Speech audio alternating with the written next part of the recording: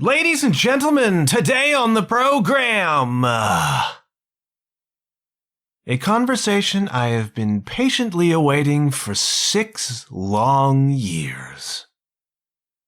That's right, kids. I've been waiting to sit down formally with Jacquie Neville since I first met her and saw her perform at a festival at which I was also performing in 2014. Now, it is rare for me to be hooked so hard and so fast as I was by the Balconies that day. And I made it my mission to get a conversation with her, and it's taken this long, and I've gone through 2 different mediums for that to get here. But at long last, Jacquie and I finally managed to coordinate it and connect and talk about her extraordinary ability, her amazing band, the Balconies, and some of what she's been through since that band broke up. Now, if I was a sound effects guy, I'd put something in there right now, some sort of crowd moan or a violin coming in. Jacquie could actually record some violin for me to do that. In any case, I'm not a sound effects guy, but yeah, the Balconies broke up in 2017.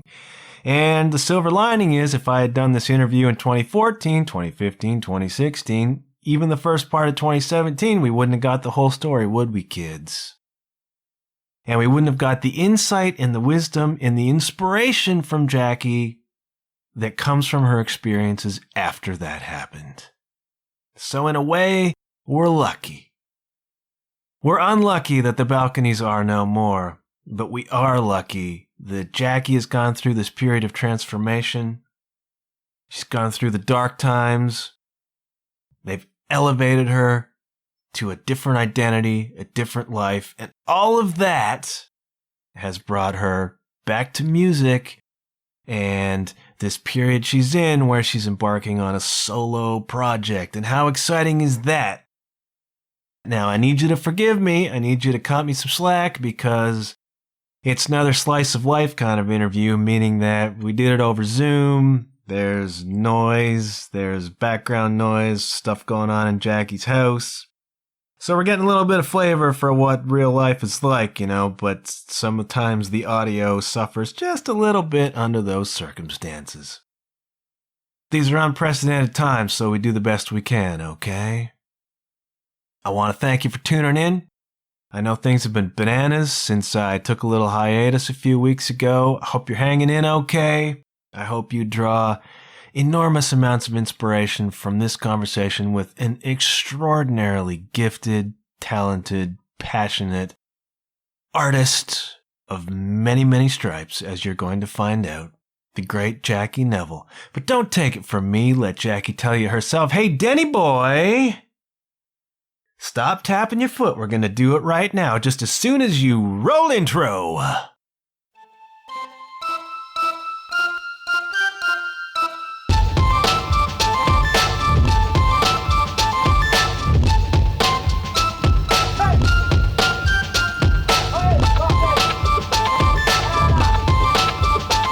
Hello. You're listening to the John Huff Podcast. Oh, yay. Well, Jacquie Neville at long last. It's been a while. So I've been chasing this interview longer than I've ever chased an interview. Well, I appreciate your determination and your patience. This goes back as far as 2014. Yeah, I know. So it's about damn time. It is. How are you doing? How's Ottawa? I'm good. Ottawa's good. I'm really glad that I'm living here and not in Toronto right now, because I've been chatting with friends and they're feeling lots of feels right now. It's pretty tough, Toronto was a tough enough city to live in when COVID wasn't going on. So I can't imagine the added complexity of having to self-isolate and wait in lineups for packed grocery stores. And then by the time you get in the grocery store, everything you need is gone. And yeah, it just sounds like a total nightmare to me. So I'm super grateful to be here, and all my family's here, and my now husband's here, and it's great. And there's so much green space in Ottawa that my life hasn't really changed all that much, except now I just wear a face mask when I go to the grocery store. So Fair enough. yeah, no, but things are good. It's been really nice. I'm sure you're tired of talking about COVID, but it's been really great just to kind of hit the reset button on everything and just kind of get back to simplicity and just focus on writing music and being with my loved ones and just doing like a little check, focus on what's important, and that's it. That's how I was trying to look at things early on as well. Like, this has been going on for months now. This is not new, and I think things have evolved a little bit, but I saw in it kind of a glorious opportunity to just step back, reassess. Yeah. I had gigs canceled, like things just went away, and it's like, oh, okay, well, that's not great, but okay, what do we do with this time? Yeah. If you don't have hobbies, you're fucked. Can I swear? Sorry. I insist, actually. Yeah, I haven't sent you the form yet, but I do have a clause that insists on profanity. So excessive amounts of profanity, please. That's ratings. Yeah, I love it. Yeah, I definitely have a lot of hobbies, and I feel for people who lack purpose. What are your other hobbies? What are you doing besides music? I'm also, I wouldn't say I'm a visual artist, but I definitely love the visual arts, and I love sketching and doodling and painting, and I've just always loved using different mediums to play with. So I've been doing a lot of that to pass the time, and obviously music, it's kind of a hobby. I love doing it. So it's a great pastime, right? I could spend hours on end until someone has to kind of suck me out of reality and be like, hey, it's dinner time. Like you haven't done anything all day except sit at the piano. So that's been really great. And I've been gardening, which is really nice. I have room to garden now. And so we just got a whole bunch of tomato plants and peonies and hostas, whatever. It's really weird, very domesticated now. So just finding fun things to do. We'll go on walks, we go for bike rides. Just trying to try new things. What were you going to be doing? Well, like what was on the schedule before all of this started? Well, after the Balconies broke up, I actually ended up going back to school. Did you? Yeah. And so I have my undergrad in music, but I wanted to try something totally different that was still going to allow me to be creative. So I actually went back to school for interior design. Oh. And and so that was really cool because I, again, was still able to be creative in a way. And I love working with people, and that was huge for me. And I am a homebody by nature. And it was just like a really great new thing to try. And it kind of took the pressure off of music for me, because then music slowly shifted into this retreat instead of my job. And I really liked that, because I found with the Balconies, it just got very heavy, and it was all about when's your next radio hit single like coming out, or like when are you going to write a real radio hit single? And there was just a bit too much pressure. So I needed to take a step back and kind of refocus what music meant to me and why I got into it in the first place. And now I feel like I'm in this really happy place where I have a bit more balance. So, like I was saying, like, I feel like my life hasn't really changed all that much, and what my daily routine has been like. I mean, business for me has definitely slowed down as far as interior design goes, but, I'm still busy. So I don't know what else to say about that. So I know I'm quite lucky to still have an income. I feel like the Rhonda record was full of hit songs. Don't you feel like that? Yeah, for sure. But unfortunately, it doesn't always go that way, right? So No, it doesn't. I mean, I loved our songs. I'm super proud of what we did. And yeah, that's all I have to say about that. Well, we're gonna talk more about it, I hope. But Yeah. I was watching. I've tuned into your live streams, which have been great and Thank like you. super cool. Like not, I'm beginning to understand it now because your shows, for being a live stream, super visual. So you've got like this mood lighting happening, right? And you're almost like a Yeah. silhouette back there. It's super cool, and you know you are a performer. And now I get you're a visual sort of person as well. But you said on one of those live streams that you swore you'd never play another Balconies song again. Do you remember saying that? Yeah, I do. Can you tell me about that? Yeah, I mean, I think after the band broke up, I was pretty heartbroken. I was pretty devastated just because the band couldn't sustain itself anymore. And I felt like, in a way, music failed me. And I was pretty angry and felt super lost. And at the same time, while the band was kind of dissolving, my relationship at the time was also ending. And I couldn't make rent in Toronto. I was seriously struggling financially. And I just kind of threw in the towel. I just was like, I can't do this anymore.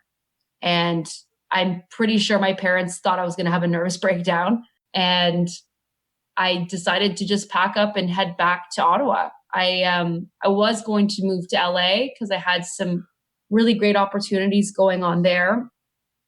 But fast forward many months, and I ended up meeting this great guy, and now married to him. But he basically pushed me to get back into music, and like he's like, you need to do music. And he's not even a musician or an artist, so this is just amazing. I'm like, nah, you're just like blowing smoke up my ass. Like, you don't know what you're talking about. He's like, no. He's like, music is who you are, and even if you want to run away from it, it's still such a huge part of you, and you need to share it. So I kind of started off by, sorry, this is like a very long-winded story, but I basically started off by playing these little monthly gigs at this oyster house called Elmdale Tavern.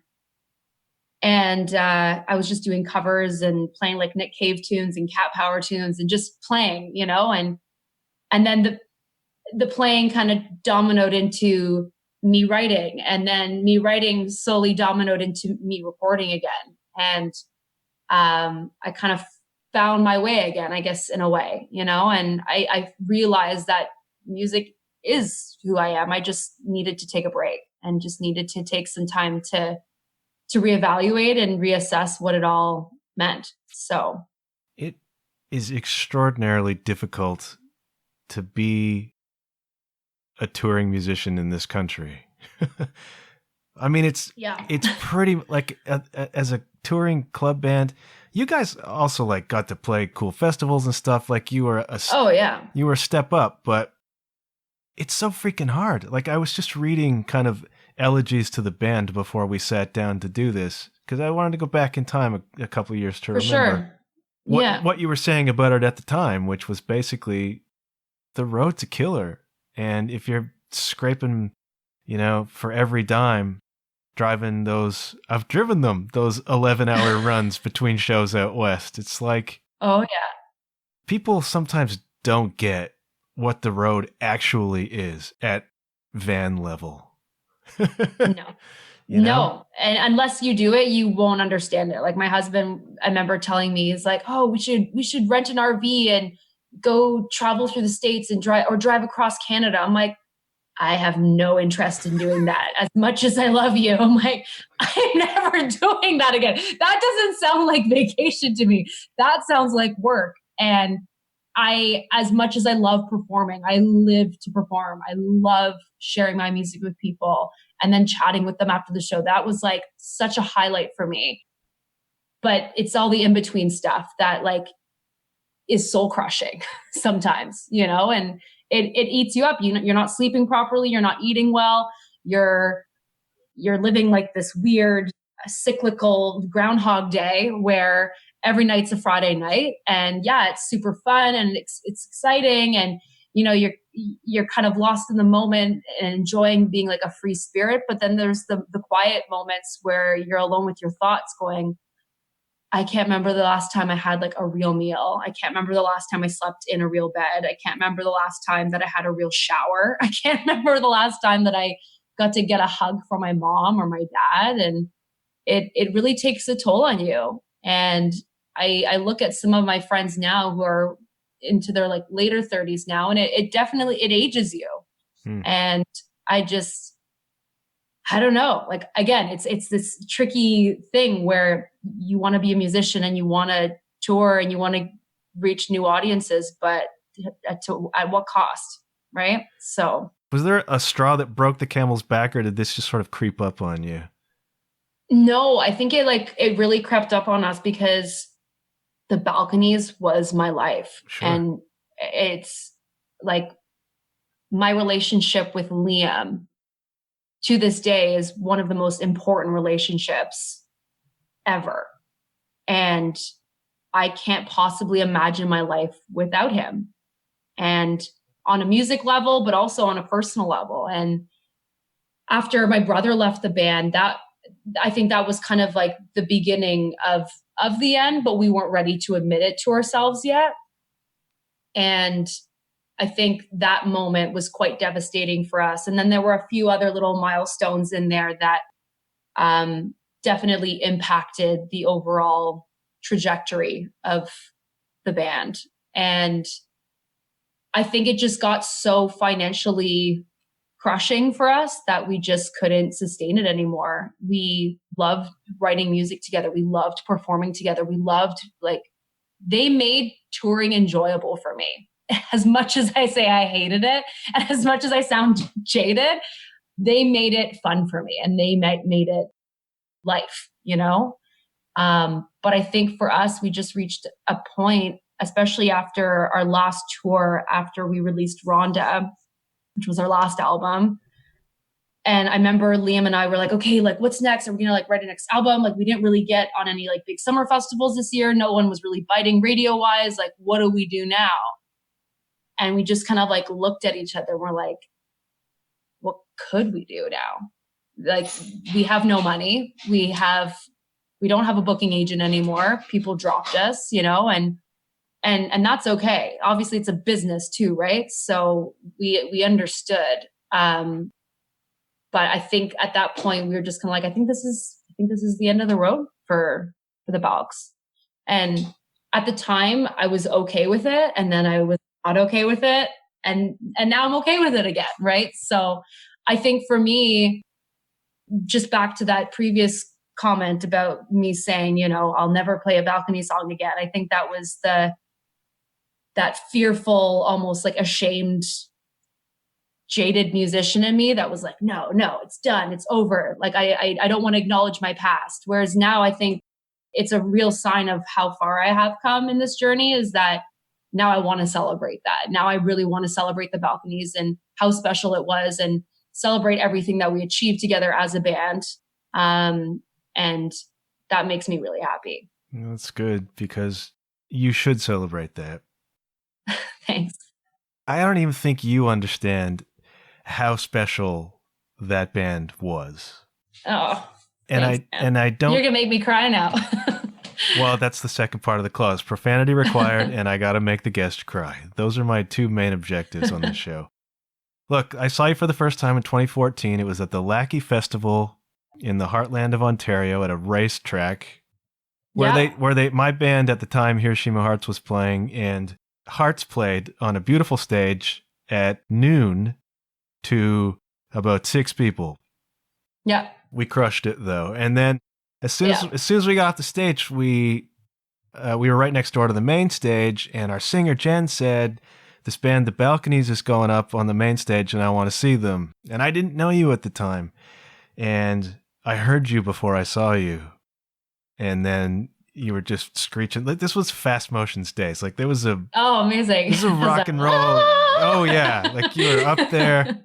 And then I kind of walked around the corner from backstage, and there you all were in what I call a glory. It was It was Rockstar, Jackie. The feather, the Yep. Gibson, The jet black hair. the whole thing, man. And that's when I started calling you the last rock star, because that's a throwback to when I was a kid, when rock stars looked like rock stars and performed like them. And that was you that day. And it's extremely rare for me to get hooked that hard, that fast by a band. Oh, man. Oh. And it happened that day. And I had a backstage pass, all access, man. I'm on this festival. And I beelined for backstage because I was running the London Groove Machine blog at the time. And I'm like, I must interview that person for the blog. Oh, that's awesome. 6 years later, almost exactly. Here we are. Here we are. Oh, well, thank you for saying all that. That like really means so much. And I'm so happy that we can finally connect and chat. It really, really means a lot. Well, I mean, we've chatted at shows and stuff, but this is the first formal conversation. You know, formal conversation is what I mean. Were you, I mean, you must know what a performer you are. Like, was this always part of you? Is this something you had to cultivate? I was definitely a super shy kid, and I'm sure a lot of people say that I was really shy, but I was really shy as a kid. My parents were concerned, and then they decided to throw me into drama school every Saturday at 10 a.m. till 1 p.m. And I really got out of my shell because of it. I got loud and dynamic and kind of ruthless. And then it was like, oh, there's no stopping her now. Okay, she's found her voice. And just since then, I've just always loved like making people laugh or making people smile and just getting people fired up. I just really like raw energy. And I think for me, performing is yes, a part of me. But I think a lot of people think that there's like this misconception. They'll see me on stage and they're like, holy shit, like, oh, you're terrifying. like, this chick's gonna punch me in the fucking, you know? And I remember having like a lot of, you know, newer friends coming into my life, and they're like, to be honest, when I first met you, I was fucking terrified of you. I thought you were gonna like bite my head off. But like, then I met you and you were like super bubbly and super sweet. And so I think it's funny because you'll see someone on stage and that's like their stage persona. And it was by no means intentional to have this stage persona. Like, this is real life Jackie versus stage Jackie. But when I perform, that person comes out, and I really like that. Love it. And it also just allows me to compartmentalize a little bit, right? And I like being able to channel that like aggressive, raw, intense energy and just let it all out on stage and just leave it there. And then I am who I am in my sweatpants. I only dressed up from the waist up for you. Me too. I'm not wearing real pants. Me neither. Oh, there's always a moment at your shows when you would jump into the crowd at clubs anyways. Yeah. And you would dance, and that is terrifying. Like, people love it and they want to, but they're like, I don't want to get too close. Like, especially you were always wearing heels too, right? Like, you're tall anyway, yeah. And then heels and this sort of energy would surround you anyways. Like, I have a really great photo that I took. I think it was Call the Office in London on the on the Rhonda tour. Oh my God. Yeah. And I just happened to catch a moment where your eyes were just crazy. Yeah. But no, that's a goofy look you're giving me now. Just like this crazy the death stare. Because Rhonda was this character, I guess, but it was like, wow, that's intense, man. And so you would jump into the crowd and start flailing, and people would run. People would scatter. Yeah. They're like, I don't know what to do with myself right now. But I love that. I love that, like, the idea of like intimidation, but not in like a mean way, and like, yeah, like, let's see what you got kind of way, you know? And nobody had anything. No. And I think the reason why I love that is like when growing up in like high school and I go to punk shows and stuff, I just like, I'm like, yeah, I just want to like grab you. And you're like, you can feel the energy from the performers. And I wanted to harness that. And we weren't a punk band by any means, but just something about that like intensity just really excites me. And I like other people's energy as well. And I love feeding off of that. So it was fun to watch. Yeah. It was really fun to watch. Yeah. Thanks. It's fun to play. I'm sure it was. It certainly looked fun. And yeah. I mean, so it's like 2018 you played your last shows? Is that right? Oh my God. Was it 2018? Yeah, it was 2018. Yeah, because we announced that we were breaking up in 2017, but the last shows were in 2018. Yeah. I was there at the Horseshoe. And yeah, I think I gave you a big hug. You did, and I appreciate that. Yeah. What were those shows like for you? Was it a relief? Yeah, because it was almost as if you have nothing else to prove. You're just kind of like, we're just going to go up there and do what we do best, which is make people feel awesome. And that was it. There was nothing to it. It was like, oh, there's no agent in the audience. There's no A&R guy in the audience. It was just us and our biggest supporters. And that was it. And to me, it was the most cathartic way to end that journey. And I bawled my eyes out all 3 nights.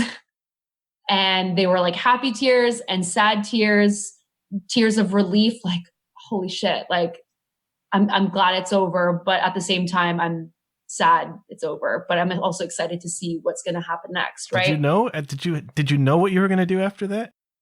No, at first I was like, oh, well, maybe we'll start a new band and maybe Liam and I will keep writing and working with other, because at the time Liam and I were doing a lot of production for some other artists. And then after the band broke up, life just got busy. And then I kind of entered in this little depression phase for a good 6 months. And I didn't touch guitar. I didn't think about, I don't think I sang even along to like the radio or anything. I was just like, I need to just check myself and just not think about music for a while. This is like a breakup, right? Like literally. Yeah, it was a real breakup. I needed to heal from it. So it probably took me a solid year before I even considered playing again. So yeah. That must have been intense. Yeah, it's intense. But I ended up releasing Lead the Way. And that was kind of my like this sigh of relief, you know? And that must have been an exciting kind of feeling when you brought that song out and you were kind of back in a way. Yeah. It's like, I'm back. I'm not fully back because I'm not ready to commit quite yet, but like I'm in the game, at least a little bit. So I was excited. Yeah. And it feels really good. And I'm excited about finishing my album. I'm really taking my time with it and just really want to make sure it sounds exactly the way I want it to, not for anyone else except for me, you know, because I find it so easy to get influenced by outside ears. And I just want to trust what I'm hearing and trust what Liam's hearing. And that's kind of it. So yeah, I'm really looking forward to finishing this record for sure. Are you writing with him or is it just your songs? So it's just my tunes. Yeah. Okay. So I wrote all the tunes, but Liam's doing all the engineering and production with me. So it's still as if we're working together. We're still a unit, which is really nice. Yeah. Okay. So what's gonna happen with that? You're gonna release this thing? Or are you just gonna keep dropping singles? How are you gonna go about it? At first I was only gonna drop singles, but then I realized that I'm way too old school for that, and I love the concept of an album. Like I grew up listening to records at home with my parents and remember getting so excited going to concerts and wanting to buy a CD. Like that was huge for me. That was like that moment. And, you know, I'd meet whatever punk bands that I'd go see at Club Saw, which was like a tiny little all ages dive club in Ottawa.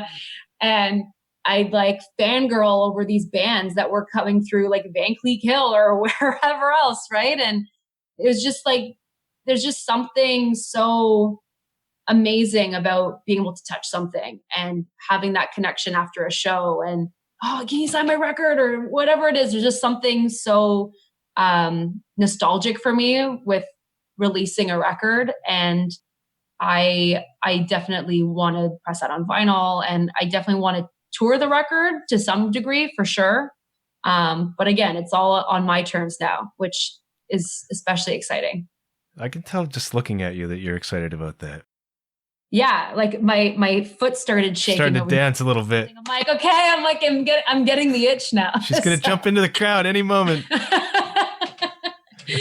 Yeah. So no, it's a really exciting time because I haven't released anything before this, right? So it's kind of like the world is my oyster, and that's a good spot to be in. Well, the thing is, as you know, if you don't have to depend on it financially, then you can pick your spots really nicely. And I mean, you're Jackie, for crying out loud. So I mean, opportunities will be there for you, which is great. Like, it's possible to make it viable.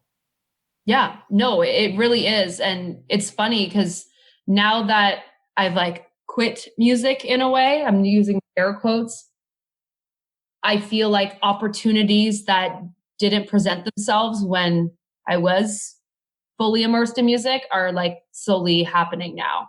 And I just find that so odd. It's like as soon as you stop trying almost, that's when you can be your most authentic self, right? And I feel like I was always authentic, but there was always this underlying tone of, oh, like, who do I need to impress now? And who are we trying to win over? And who are we trying to get to sign us? And, you know, there's always like scheming behind the scenes. But as far as like my performance and my delivery, it was always me. But I guess what I'm trying to say is, yeah, now that I'm not trying so hard, it's coming more easily. That's a great piece of wisdom. I'm not good at that. I force everything all the time. Like but it's not good. Like I lose sleep over stuff, literally. And I haven't learned that lesson, that part about letting go and just doing it for its own sake. Yeah.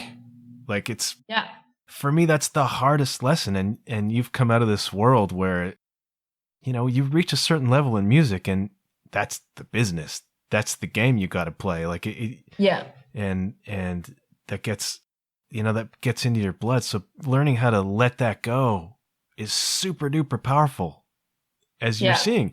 Like I haven't been able to do it, but it's a great example from you. Listen to Jackie, everybody. Yeah. Don't listen to your host. Listen to the person who's actually done it.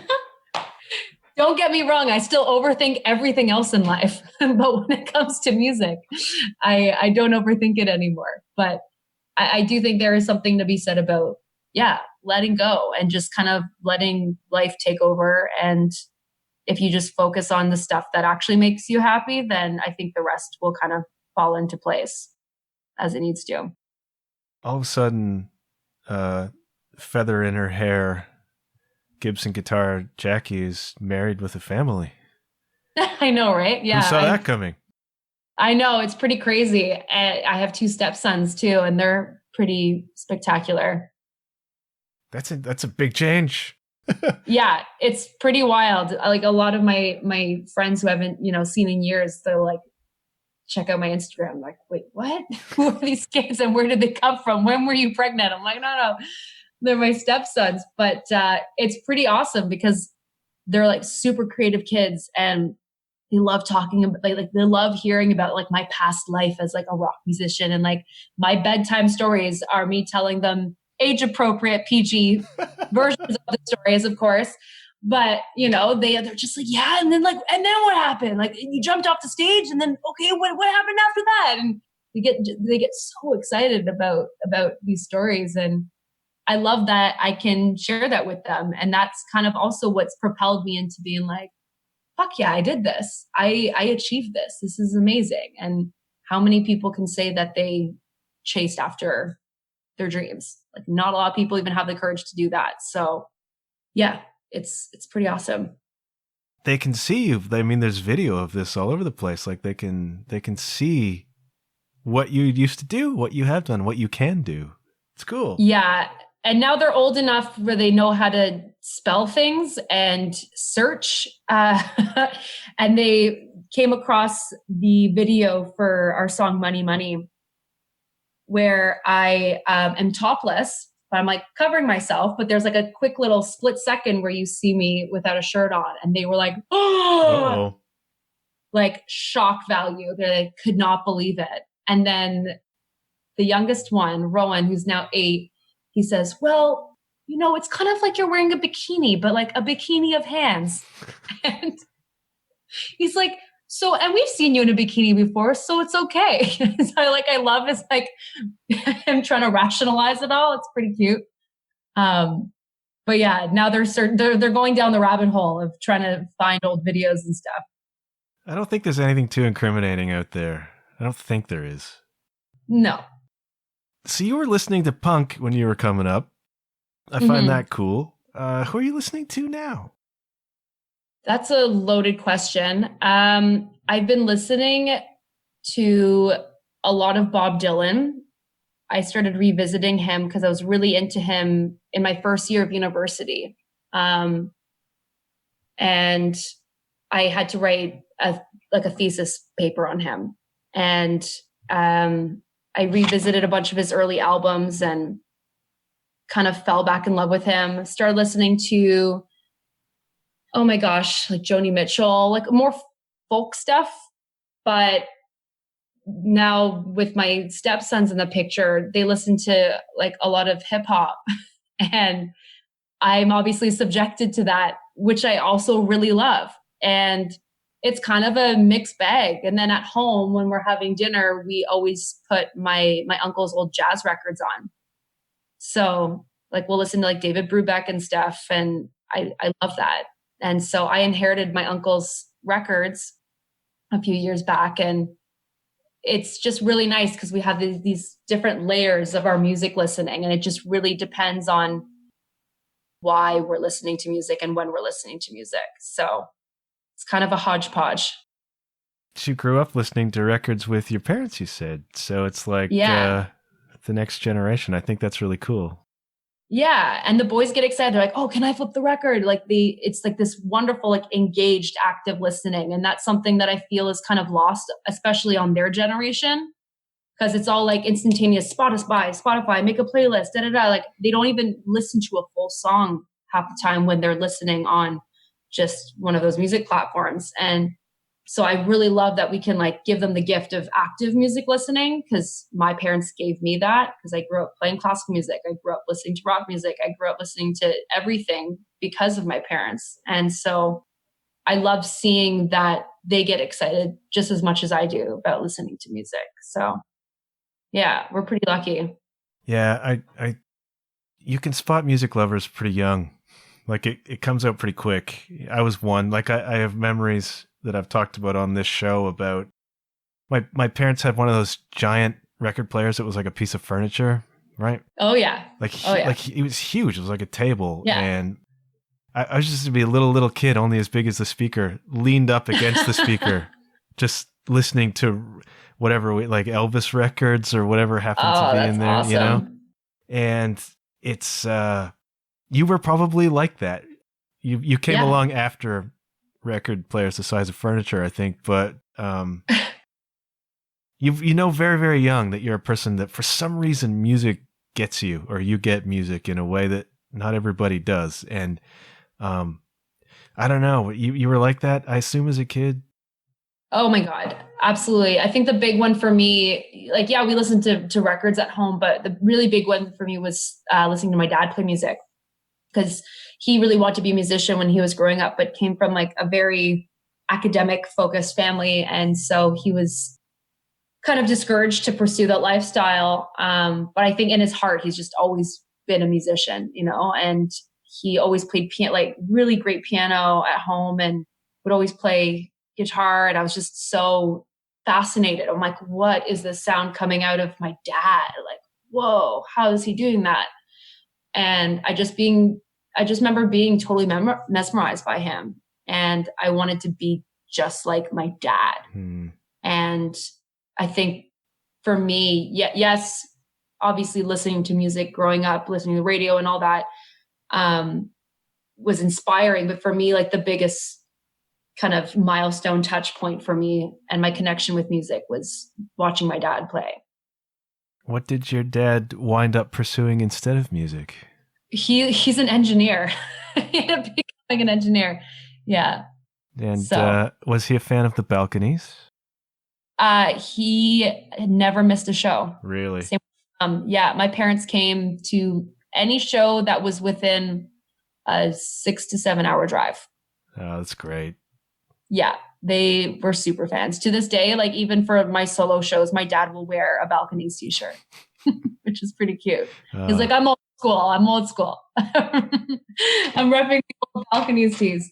Yeah, so no, it's pretty special. They were always very supportive of me playing music, and they definitely saw me struggle. And in those moments, the typical parental stuff would come into play and be like, well, what are you doing this for? Why do you want to do this? But they were always my biggest fans for sure. They still are. That's a powerful question. Why are you doing this? And when you reach a point with anything where you begin to ask that question, a lot of times that's the beginning of the end of anything. Yeah, totally. Yeah, and it certainly as a musician, I can understand asking that question, but I don't know. I go back to where you are now with this sort of twin careers. Are you like, do you run your own interior design business? You work solo? Yes. Yeah, I do. And it's nice because I can still be my own boss, which I really like. But yeah, I think for me, I love collaborating, but in this industry in particular, I really like just doing my thing and kind of being a people pleaser for my clients. And that's really nice. And then I get to make hopefully their dream home. So are you a big, bold colors sort of person, or are you a more, because I'm imagining, well, there's two Jackies, right? Which one's the designer? You know what? I feel my taste is kind of like music. I listen to everything. And so therefore I love everything. I love antiques. I love mid-century modern. I love weird, wacky, crazy shit. I love everything. And if someone came to me and they're like, I have like a super traditional style, I'd also be on board with that. If someone had like a very eclectic taste, I'm also on board with that. So I think it also just depends on the project, but also the mood I'm in. Ah. So to me, I feel like they kind of interplay with each other. It just really depends on where your head's at and where you are in that moment. What led you to this as a choice? I think for me, like a big turning point was when we started doing our own music videos and producing a lot of our own music videos with specific friends who were directors. And I really loved kind of just getting my hands dirty and not just being like the talent. I really loved, helping out with hair and makeup, helping out with like costumes. And the one thing that excited me most was doing the set designs and working with lighting and just playing around with different moods and how it can drastically change the tone for a piece, right? And I think for me, that's just kind of what sparked this idea of like, I really like doing this. How can I do more of this? And when I went back to school, it's like all hands-on work, which I loved. And it's a lot of visual arts too, which I also love. So it just, it fit. My first year back to school, I was like, I don't know, is this for me? But once I got into the rhythm of it, I was like, oh no, this is definitely a second calling, if you will. I find this fascinating. Did people in your class know who you were, know your history, or anything like that?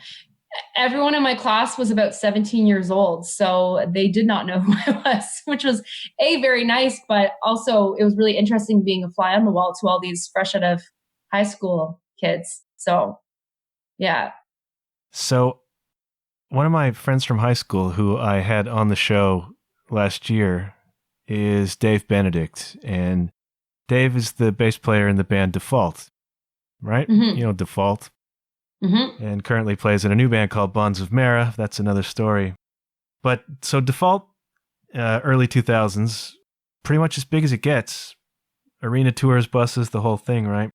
Yeah, of course. And inevitably that went away It's like one day, all of a sudden, it was gone. And Dave finds himself with like kids and a place in Vancouver, and music is gone. This band just went away. And so he went back to school and became a graphic designer, right? Awesome. Went to school for that. And so he, at that point in time, is like 30s, mid 30s, and a legit rock star sitting in class with those same kids that you're talking about. And he talked about what a bizarre world that was. Oh, yeah. To be in, you know what I mean? Yeah. And I have another pal, Morgan Lander, who was the front woman for Kitty. I don't know if you remember Kitty. Yes. Amazing. Right? Yes. Morgan is a friend of mine, and you went to high school with Morgan, or no? I'm much older than Morgan, but we're both London music scene. So okay. I know Morgan, and she works for a company here now. Like Kitty hasn't toured in a long, long time, and I find it fascinating and hilarious to imagine when her colleagues find out who this person is, and they like go on YouTube and look at the videos, like what? Yeah. I imagine it for you too, like these clients of yours maybe finding out, oh, wait a minute, the last rock star designed our living room. See, I tried to be really strategic with that. So I changed my last name to my husband's. And so I only use my maiden name for music now. So if anyone were to search Jacquie Newberry, you got nothing, which is amazing. I wanted to keep those two worlds very separate. It was really important for me. Not because I didn't want people knowing that I played music. It was just, I need to compartmentalize. I need those two worlds to exist independently from each other in order for this to make sense and work in my brain. So it's nice because it's never like, oh, so yeah, I saw the Money music video where your tits are out. Like, you sure you want to design my living room? But also it's kind of nice because it's this little secret that I have that's just for me and whoever else was a part of that with me, And I like that. I kind of like having my private secret that clients don't know about. I had a premonition when you were talking about this a few minutes ago. Yeah. You ready for this? I'm ready for it. You're going to be on a TV show. One of these like reality TV show? One of these TLC shows or something. I just feel as though you're going to wind up on television through this somehow. Amazing. Sign me up. HGTV, here we come. Rockstar turned interior designer. I think that's going to happen. That's a pretty cool pitch. I dig it. Well, I'm not pitching it. I'm just saying I don't have a show. Like, I don't have a show. Premonition. I have this podcast, but I don't have a show for you to be on. But I feel like because you are a performer, and I think you are born to be in front of people, and you're obviously good on camera. And I just feel like that's just a premonition I had. I don't know. I'm trying to be intuitive, so I feel like something like that's going to happen. I'm into it. I'm into it.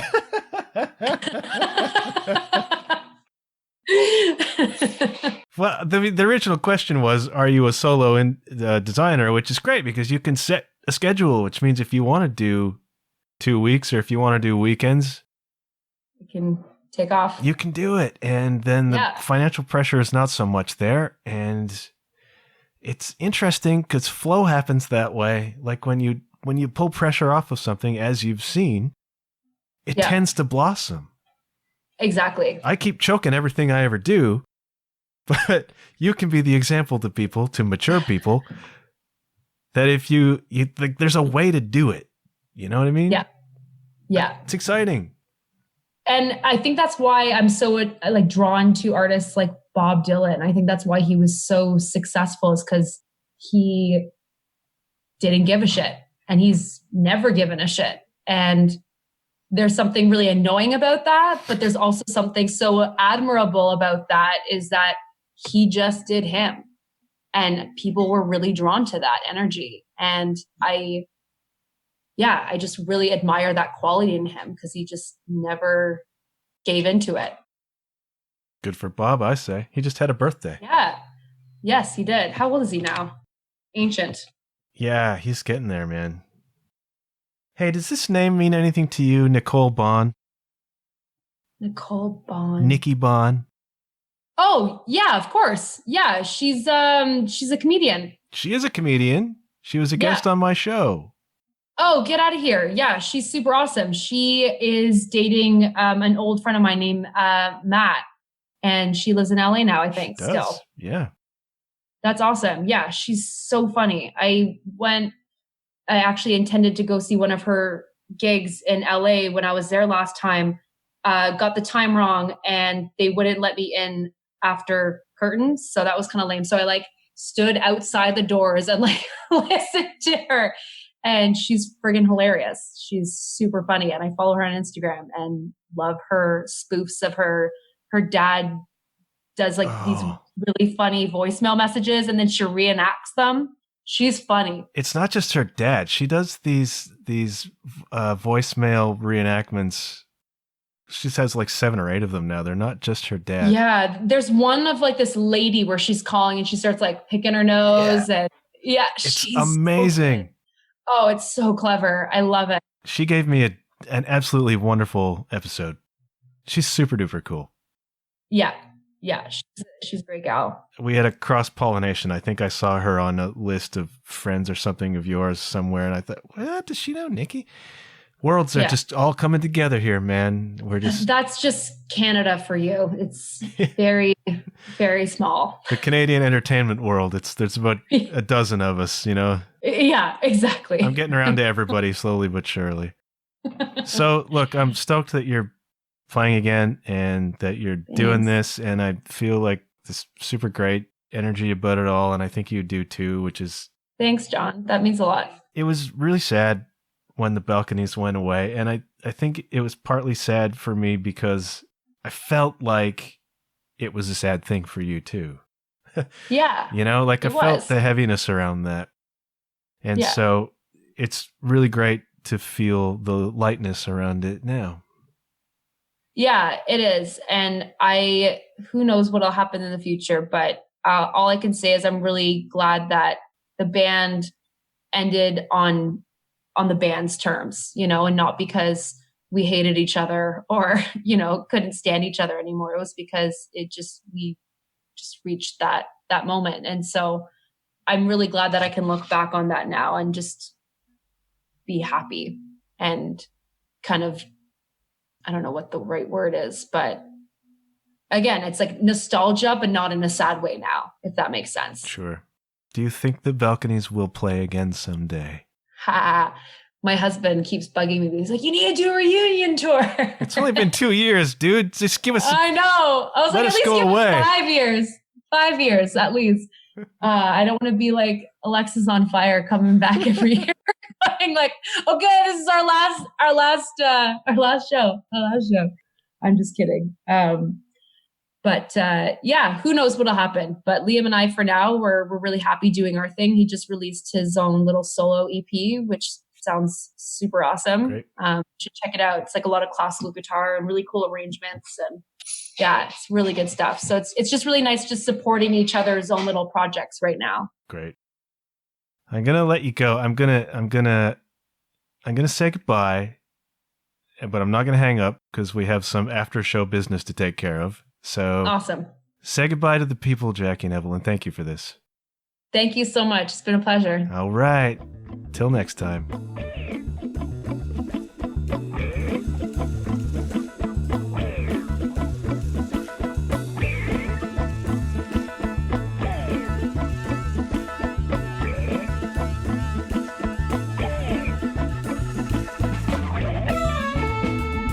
Thank you once again, gentle listener, for taking in today's show. If you want to know more about the program, go to www.john-huff.com. That's JOHN-HUFF.com and click on podcast. You can also find the show on Facebook at The John Huff Podcast. If you're an Instagram person, you can find me at JW_Huff. If you're a Twitter person, you can find me at JWSHuff. No matter where you listen to the show, please do me a big favor and leave a rating and review. Preferably a positive one. That's all the time we have for today, but I'll be back very soon. Until then, keep your wits about you and remember, good things happen when you put yourself out there. Bye for now.